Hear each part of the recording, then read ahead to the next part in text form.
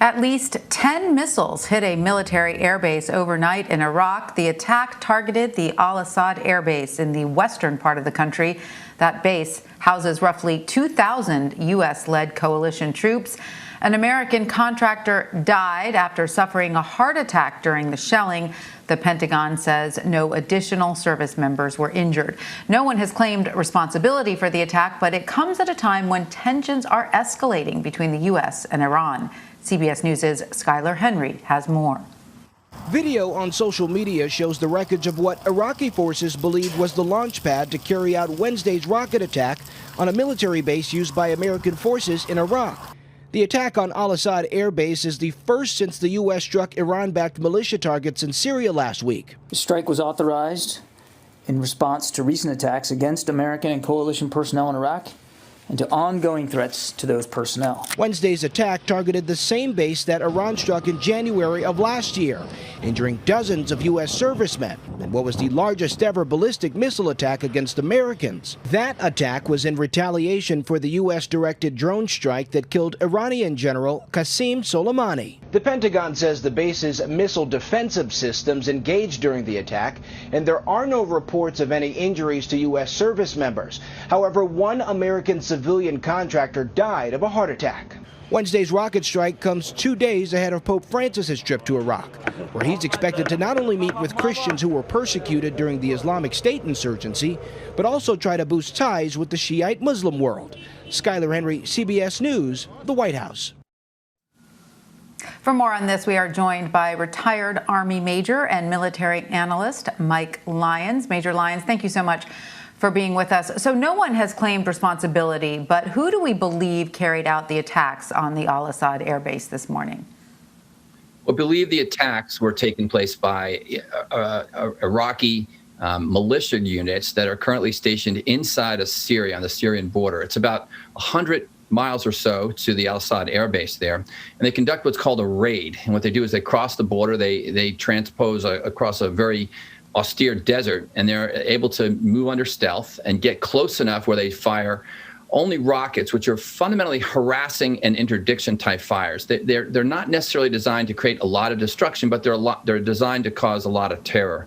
But we believe that these are these Iraqi militia groups that are supported by the Iranians, where they get their funding from, and then once they're done, they find their way back across the Syrian border. So that's the connection between these Iraqi militia groups and Iran. There's a funding link. Is that correct? Right. They're funded. They get intel from them. They food, all of the things that allow them to sustain. And what they do is they escape back across that very safe Syrian border, knowing full well that they can melt back into the society there. And again, it's all about geography, because this Assad base is fundamentally well protected. It's in the middle of nowhere, so you should be able to see the enemy coming from a long way. Unlike other attacks that have come from greater distances from Iran, for example, in this case, this one was a raid. So the base commander looks like he's going to have to improve his capability to secure that base well outside let's say a 5 to 6 mile area, to make sure that none of these kinds of vehicles get inside it again, where they become subject to this kind of attack. And last week, President Biden's administration, as you know, launched its first attack since he took office. The U.S. struck an Iran-aligned militia target on the border of Iraq and Syria, this militia group that you are describing.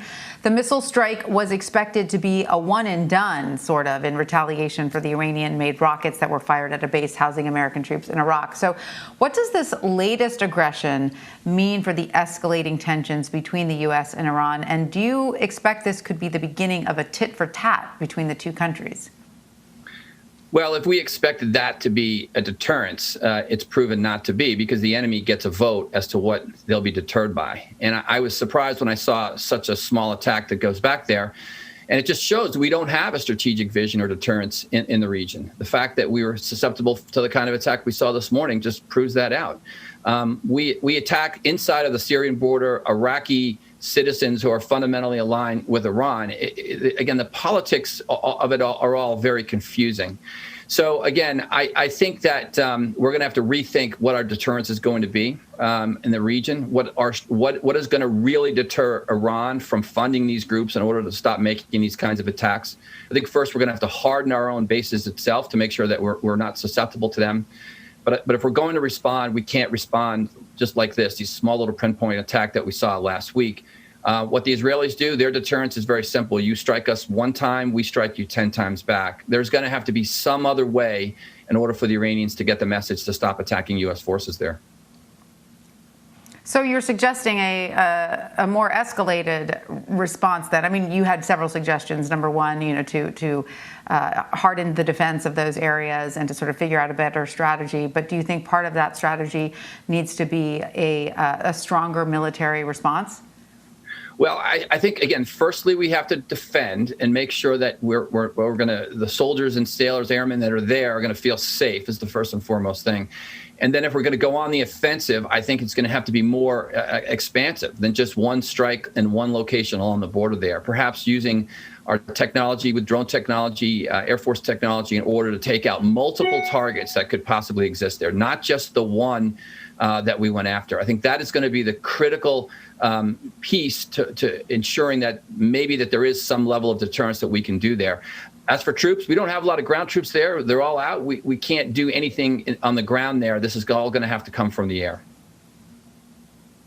Yeah, that's what I was gonna ask you. There was a huge diminishment of the number of troops recently, especially under the Trump administration, right? So how many boots do we actually have on the ground there to begin with? And is this also about the Iraqi led troops, that the U.S. is helping, right? These are also attacks against the Iraqis, correct? It is, and we don't have enough troops on the ground to influence any kind of battle there. We would have to send tens of thousands, really, if we thought that we were going to go after some of these militia groups who outnumber us probably 5 or 6 to 1.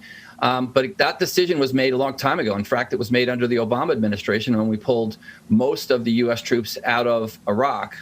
You saw the Trump administration had about 5,000, and they tried to pull another 2,500 out. So there's not enough there on the ground.